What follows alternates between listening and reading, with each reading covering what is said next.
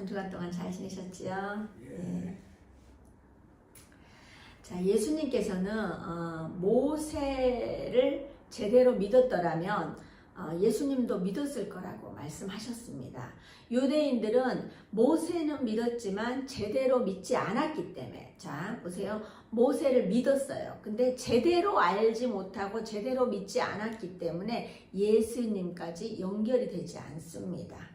우리는 이 땅에 살아가면서 제대로 알고 제대로 연결해야 합니다. 자, 우리는 모세를 제대로 알지 못하니 예수님도 제대로 알지 못하는 이 완악한 자들과 마주하게 됩니다. 이 완악한 자들이 과연 유대인들 뿐이겠습니까? 우리에게 말씀을 적용하는 은혜가 있기를 축복합니다. 자, 1절 2절. 그 후에 예수께서 디베랴의 갈릴리 바다 건너편으로 가시매 큰 무리가 따르니 이는 병자들에게 행하는 표적을 보았음이로라. 아멘. 자, 예수님께서는 디베랴의 갈릴리 바다 건너편으로 가십니다. 자, 큰 무리가 예수님을 따릅니다. 예수님을 좋아서 따르는 걸까요? 사실은 이들이 표적을 보기 위해서 이렇게 따르는 것일 수도 있어요. 자, 우리는 어떠한 상황 속에서도 예수님 한 분으로 충분해야 하는데 우리는 예수님보다는 표적을 먼저 봅니다. 물론 먼저 볼 수 있습니다. 하지만 말씀을 보면서 우리는 표적보다는 예수님을 만나야 합니다. 아멘. 자, 3절 4절. 예수께서 산에 오르사 제자들과 함께 거기 앉으시니 마침 유대인의 명절인 유월절이 가까운지라. 아멘. 자, 예수님은 복음을 전하기 위해서 계속 움직이고 계셔요. 유대인의 명절인 유월절이 가까우고 있습니다. 이 명절에 예수님을 따르는 무리들이 정말 많아요. 많은 정도가 아니에요. 어마어마한 인원입니다. 이들이 움직이다 보니까, 그러니까 계속 이렇게 움직이다 보니까 여기까지 온 거예요. 자, 이 많은 무리들에게 예수님은 먹을 것을 주고자 합니다. 그러면서 제자들을 테스트해요. 자, 첫 번째, 우리가 빌립을 테스트하는 걸 보겠습니다. 5절에서 7절. 예수께서 눈을 들어 큰 무리가 자기에게로 오는 것을 보시고 빌립에게 이르시되 우리가 어디서 떡을 사서 이 사람들을 먹이겠느냐 하시니 이렇게 말씀하심은 친히 어떻게 하실지를 아시고 빌립을 시험하고자 하심이라. 빌립이 대답하되 각 사람으로 조금씩 받게 할지라도 200데나리온의 떡이 부족하리이다. 아멘.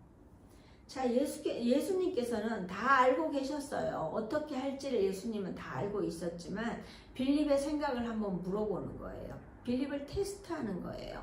빌립이 어떻게 말을 하고 있는지, 그리고 어떤 생각을 하고 있는지, 그리고 지금까지 훈련받았던 그 결과물이 어떻게 되는지를 한번 시험해 보는 거예요. 자, 빌립에게 우리가 어디서 떡을 사서 이 사람을 먹이겠느냐 하십니다. 자, 빌립은 어떤 사람이었어요? 요한복음 1장 45절에서 46절에 보면은 빌립이 나다나엘을 찾아 이르되 모세가 율법에 기록하였고 여러 선지자가 기록한 그 일을 우리가 만났으니 요셉의 아들 나사렛 예수니라. 나다나엘이 이르되 나사렛에서 무슨 선한 것이 날 수 있느냐? 빌립이 이르되 와서 보라. 이렇게 할 정도로 굉장히 적극적으로 복음을 전했던 사람이에요. 그리고 이 사람은 다 알아요. 모세가 율법을 기록했던 그 율법에 기록했던 사람이 예수님이라는 것을 알고 있어요. 다 알고 있는 거예요. 그러니까 머리로 알 수 있는 거는 다 아는 거예요. 우리가 공부 잘하는 사람들은 이렇게 기적을 별로 좋아하지 않아요. 왜냐하면 자기가 공부한 만큼 아는 만큼의 결과를 원하는 거예요. 근데 이렇게 하던 사람이 자 보세요. 자신이 아는 것은 정확히 전할 수 있는 사람이에요. 그러니 빌립이 어떻게 대답하는지 예수님은 시험하고 있어요. 지금까지 훈련 받은 동안에 빌립은 어떻게 훈련이 되어 있는지 예수님이 몰랐을까요? 예수님은 빌립이 어떤 대답을 할 거라는 것도 충분히 알고 있습니다. 하지만 자기 입으로 시인할 수 있도록 질문을 합니다. 빌립은 뭐라래요? 각 사람으로 조금씩 받게 할지라도 200데나리온의 떡이 부족하리겠나이다. 뭐 이렇게 하는 거예요. 한 데나리온은 노동자의 하루 품삯이에요. 그러면 한 10만 원을 잡는다 해도 한 2천만 원쯤 되는 금액인 거예요. 10절에 보면은 5천 명쯤 된다고 했는데 마태복음 14장 21절에 보면은 먹은 사람은 여자와 어린이 외에 5천 명이나 되었더라. 아멘. 그러니까 남자만 5천 명인 거예요. 그러면 여자와 어린 아이도 포함하면 적어도 15,000명은 된다는 거예요. 그러면 얼마나 많은 인원이에요. 정말 그 당시에는 가까운 거리에 이 많은 사람이 먹을 만한 건 없어요. 그만큼 돈을 가지고 다니지도 않습니다. 빌립은 매우 합리적인 대답을 합니다. 우리도 생각해 보세요. 뭐 이런 상황이면은 다 빌립처럼 이야기할 거예요. 빌립은 어떤 상황이었어요? 처음부터 예수님을 따라다녔잖아요. 가냐 혼잔치도 따라다니고요. 그리고 뭐 38년 된 병자를 고치신 것도 다 봤어요. 다 봤어요. 그리고 정말 적극적으로 전도하고 이 초창기 멤버였어요. 우리도 이게 교회 초창기 멤버들이 있잖아요. 그런 것처럼 초창기 멤버들은 제가 얼마나 고생하고 힘들었던지 그거를 다 아는 거예요. 하지만 예수님의 표적을 그렇게 수없이 봤음에도 불구하고 이 표적을 적용할 수가 없는 거예요. 물이 포도주 된 사건이 있었기 때문에 예수님 물이 포도주 된 사건이 있기 때문에 뭐라도 갖고 오면 이거 만들 수 있지 않겠습니까? 이렇게 한 게 아니에요. 그러니까 자신의 생각, 자신의 계산으로 이거를 헤쳐나가는 거예요.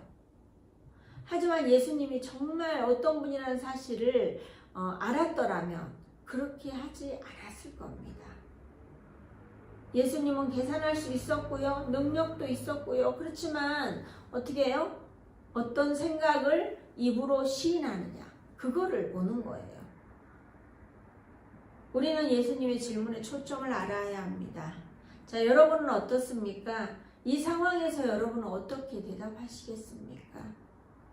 내가 하는 것이 아니라 주님께 모든 것을 맡기면 됩니다. 여러분이 하려고 하지 마십시오. 주님께 맡기고 주님 이거 어떻게 할까요? 그러면서 주님께 맡기고 나아가는 거예요.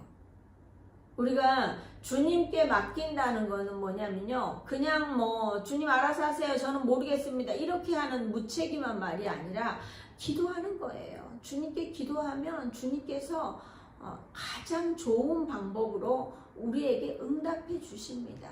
우리는 그걸 분명히 알아야 합니다. 자, 두 번째 안드레는 어떤지 한번 살펴보겠습니다. 자, 8절 9절 제자 중 하나 곧 시몬 베드로의 형제 안드레가 예수께 여짜오되 여기 한 아이가 있어 보리떡 5개와 물고기 2마리를 가지고 있나이다. 아멘. 자, 안드레는 예수님을 좀 아는 듯해요. 물로 포도주를 만든 사건을 기억하고 있었을까요? 적극적으로 무리들 속에서 한 아이가 가지고 있는 보리떡 5개와 물고기 2마리를 가지고 왔어요. 찾아다닌 거예요. 그냥 다른 제자들은 가만히 있는데 적극적으로 찾아다닌 거예요. 예수님께 내밀면서 여기 있습니다 했을 거예요. 자, 안드레는 또 어떤 사람인가 볼까요? 요한복음 1장 40절에서 41절 보면은 요한의 말을 듣고 예수를 따르는 두 사람 중에 하나는 시몬 베드로의 형제 안드레라. 그가 먼저 자기 형제 시몬을 찾아 말하되 우리가 메시아를 만났다 하고, 메시아는 번역하면 그리스도라. 아멘. 자기가 메시아를 만났어요. 만나자마자 전도했어요. 그 형제인 베드로를 전도했단 말이에요. 이렇게 적극적이에요. 그 적극적이니까 그때도 막 적극적으로 뭐 먹을 게 없나 찾아갔을 거예요. 자, 세례 요한에게서 예수님에 대한 증거를 들은 즉시 예수님을 따랐어요. 제일 먼저 형제인 베드로에게 또 전도도 하잖아요. 굉장히 적극적이지만 조용조용히 하는 거예요. 이 최선을 다하는 사람. 우리의 삶에는 이런 사람도 필요하고 저런 사람도 다 필요한 거예요.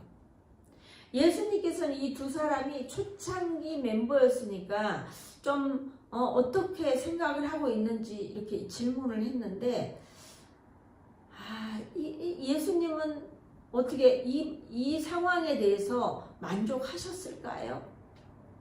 정말 만족하지 않았을 것 같아요. 자, 여기까지만 41절에 이 어디죠? 이 9절에 여기까지만 딱 이야기했으면 얼마나 좋겠어요. 그런데 그러면은 완벽해요. 왠지 완벽한 듯해요. 근데 어떻게 해요? 9절의 하반절에 보면은 그러나 그것이 이 많은 사람에게 얼마나 되겠나이까.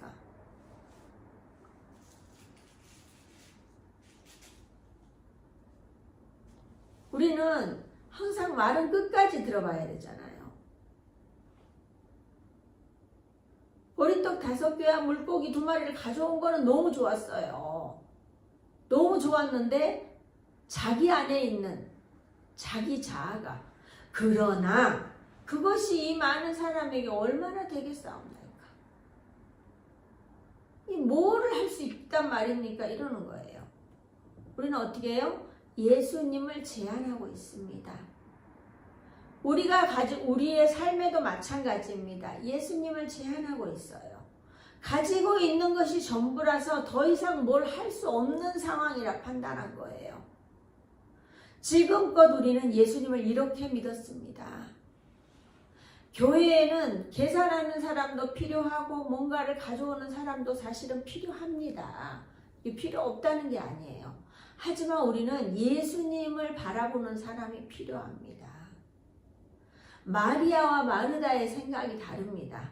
자, 누가복음 10장 39절에서 40절을 보면요. 그에게 마리아라 하는 동생이 있어 주의 발치에 앉아 그의 말씀을 듣더니 마르다는 준비하는 일이 많아 마음이 분주한지라. 예수께 나아가 이르되 주여 내 동생이 나 혼자 일하게 두는 것을 생각하지 아니하시나이까. 그를 명하사 나를 도와주라 하소서. 아멘. 이 마리아와 마르다 자매가 있어요. 근데 마리아는 예수님을 만났는데 예수님의 말씀을 듣고 싶어서 그냥 발치에 앉아서 가만히 있는 거예요. 근데 마르다는 막 음식을 준비하고 예수님이 배고프실 텐데 뭘 준비해갖고 대접해야지 막 이러면서 분주한 거예요. 이것도 맞고 저것도 맞아요. 근데 예수님께서는 뭐라 그러냐면요. 이 아무것도 하지 않고 있는데 책망하지 않으셨어요. 그리고 우리가 항상 어떤 일을 할 때 다른 사람 이야기하지 말고 내가 기쁨으로 할 수 있는 일만 하면 되는 거예요. 마르다도 자기가 할 수 있는 만큼 최선을 다하면서 그냥 불만이 없었으면 그걸로 만족했을 겁니다. 하지만 우리는 어떻게 해요? 하면서 저 사람은 왜 안 하는데 나만 해야 돼요. 그런 것 같으면 하지 않으시는 게 좋아요. 우리가 뭐든지 기쁨으로 할 수 있고 기쁨으로 섬길 수 있는 게 가장 중요한 겁니다.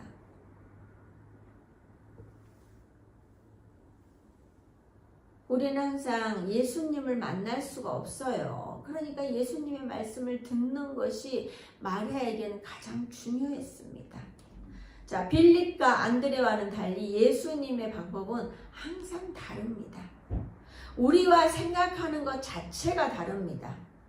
어찌 우리가 예수님의 생각을 따라갈 수 있겠습니까? 하지만 예수님의 생각, 하나님의 생각을 제대로 알기 위해서는 성경에 모두 적어두었어요. 그러니까 내가 하려는 것이 아니라 말씀에서 답을 찾아야 돼요. 자, 10절 11절 예수께서 이르시되 이 사람들로 앉게 하라 하시니 그곳에 잔디가 많은지라 사람들이 앉으니 수가 5,000명쯤 되더라. 예수께서 떡을 가져 축사하신 후에 앉아 있는 자들에게 나눠주시고 물고기도 그렇게 그들의 원대로 주시니라. 아멘. 자, 예수님은 일단 먹으려고 하면 먹을 준비를 하라는 거예요. 여러분들이 기도하잖아요. 그러면 받을 준비를 하세요. 아무것도 없는데 왜 앉아요? 뭐 이렇게 묻는 사람 없었어요. 그래도 사람들이 무리지어 막 앉아 있었을 거예요. 그러면 장정만 5,000명이니까 숫자를 세는 것도 만만치 않았을 거예요. 하지만 모두 앉으니까 안드레가 가져온 것으로 떡을 어떻게 해요? 축사해요. 떡을 가지고 축사하셔요. 우리가 감사기도를 하잖아요. 우리가 살면서 감사기도를 하는데 이게 음식을 먹기 전에 감사기도를 하는데 우리는 항상 모든 것이 하나님으로부터 공급되었다는 것을 생각하면서 감사할 줄 알아야 돼요. 지금도 우리가 이제 뭐 습관이 안 돼갖고 그냥 밥 먹어요 이러는데 항상 주시는 거에 감사하고 내가 뭐 우리가 그럴 수 있잖아요. 뭐 하루 종일 이렇게 뭐 내가 하는데 뭐 하나님이 뭘 날 해줘서 이렇게 할 수 있잖아요. 근데 그게 아니에요. 하나님께서 우리의 모든 우리가 하나님의 자녀가 됐잖아요. 하나님의 자녀가 됐기 때문에 모든 것은 하나님께서 이제 우리가 공급하신다는 믿음과 확신을 가지고 있어야 돼요. 뭐 나는 하나님하고 상관없다 이렇게 하면 어떻게 해요? 나하고도 하나님 상관없는 거예요. 근데 하나님께서 모든 것을 공급해 주시고 하나님께서 모든 것을 하신다는 그런 믿음과 확신을 가지고 있다면 이제 모든 게 이루어져요. 자, 여러분이 이게 뭐 다 벌어서 이걸 한다고 생각을 할 수 있어요. 근데 우리가 하나님을 바라봐야 돼요. 우리는 모든 것을 하나님께서 공급하여 주신다는 믿음과 확신을 가지고 있어요. 저는 오늘 말씀을 준비하면서 참 많은 은혜를 받았습니다. 내가 내 방식대로 하려고 했던 것을 모두 내려놨어요. 사실 저는 가만히 있는 사람이 아니에요.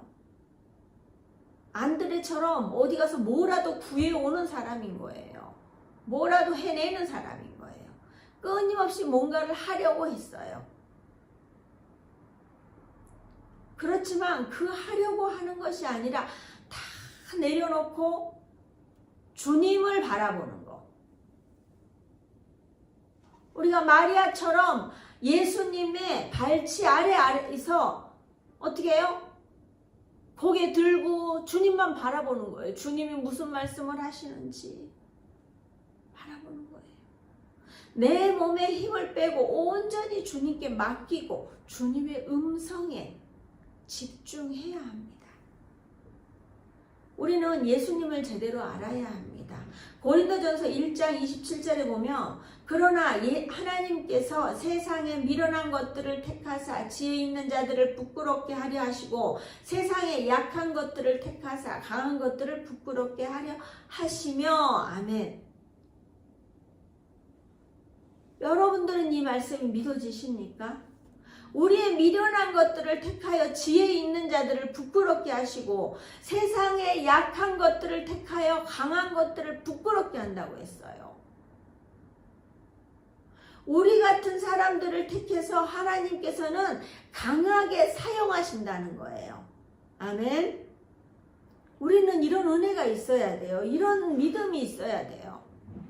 내가 뭘 하겠나 이렇게 생각하면 하나님 뭘 쓰겠어요. 그래도 내가 뭐 좀 이 말씀을 딱 붙들고 정말 미련한 자를 택하여 지혜로운 자를 부끄럽게 하고 세상이 약한 자를 택하여 강한 사람을 부끄럽게 한다는데 하나님 나를 통하여서 그렇게 사용하여 주세요. 이렇게 우리가 말씀을 붙들고 기도해야 돼요. 말씀이 힘이에요. 아무리 100마디 1000마디 하는 것보다 한 말씀을 붙들고 하나님 나 이렇게 써주세요. 이렇게 사용하여 주세요. 이렇게 기도하는 게 중요해요.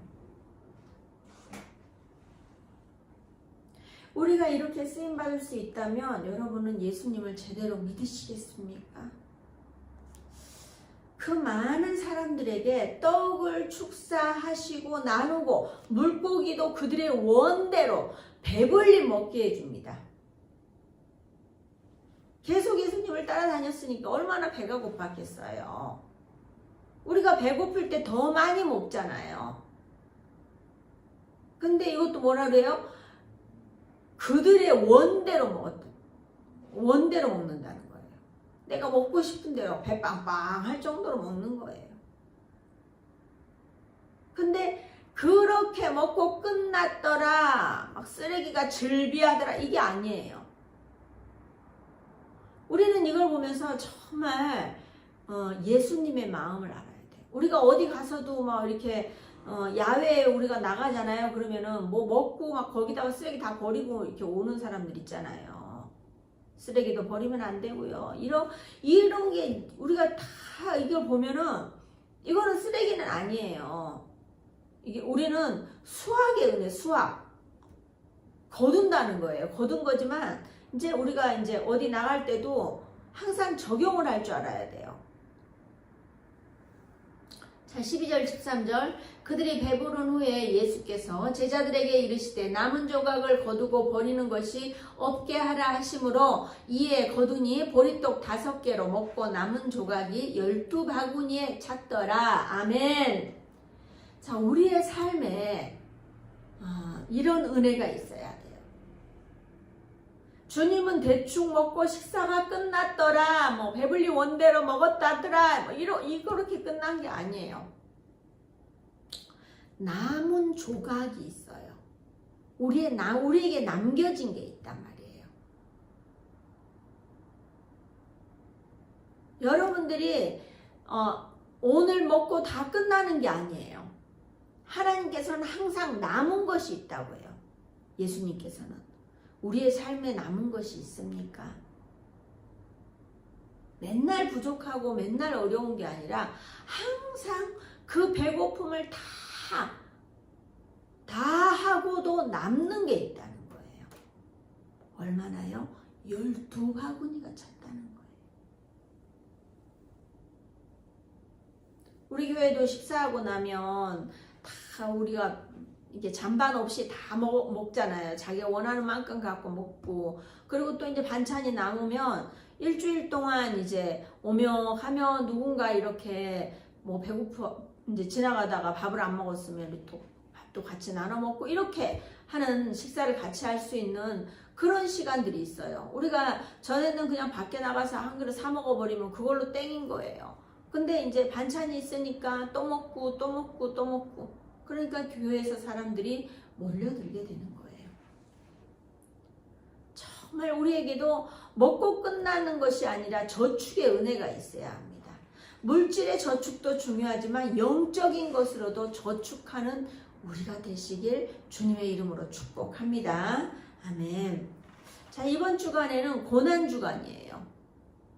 고난주간에 예수님의 십자가의 고난을 반드시 생각해야 해요. 하지만 주님의 방법은 고난만 있는 것이 아니라 부활의 기쁨이 있으니 여러분은 주님만 그냥 따라오시면 돼요. 고난이 있으면 고난 다음에 축복이 있고 고난 다음에 부활이 있는 거예요. 우리는 고난을 바라보고 가는 것이 아니라 고난 뒤에 주실 축복, 고난 뒤에 있을 부활을 바라봐야 합니다. 우리의 생각이 여러분은 어디에 미쳐 있습니까? 지금 힘들고 어렵고 죽을 것 같아요. 그러면 나 죽을 것 같아. 나 죽을 것 같아. 이게 아니고 고난 뒤에 주실 하나님의 축복을 바라봅니다. 우리의 생각을 바꾸는 거예요. 우리의 의지를 바꾸는 거예요. 고난 뒤에 올 축복을 바라보면 절대 공짜가 없어요. 그 배고픔, 허기짐, 그 상황에 어찌할 수 없는 상황 속에서 예수님께서는 이들을 배불리 먹이고 남는 강주리가 12강주리였어요. 세상에는 절대 공짜가 없습니다. 이 무리들이 따라왔기 때문에 이런 기적의 현장에 있을 수 있었습니다. 38년 된 병자가 베데스다 연못에 나와 있었으니 기적이 일어납니다. 여러분이 교회에 나와서 예배를 드리니 역사가 일어납니다. 우리는 항상 생명의 떡을 찾아 헤매입니다. 우리는 물질이 생명의 떡이라 여기며 어떻게 하면 물질을 채울까를 고민합니다. 하지만 생명의 떡은 누구라고요? 예수님 한 분밖에 없습니다. 아멘. 자, 요한복음 6장 35절에 보면 예수께서 이르시되 나는 생명의 떡이니 내게 오는 자는 결코 줄이지 아니할 터이요 나를 믿는 자는 영원히 목마르지 아니하리라. 아멘. 자, 여러분 안에 세상 것으로 채우려 하지 마시고 예수님으로 채우세요. 그러면 영적인 것뿐만이 아니라 육적인 것들도 채우는 은혜가 있습니다. 자, 이 모든 표적을 보고 이렇게 하고 나니까 어떻게 해요?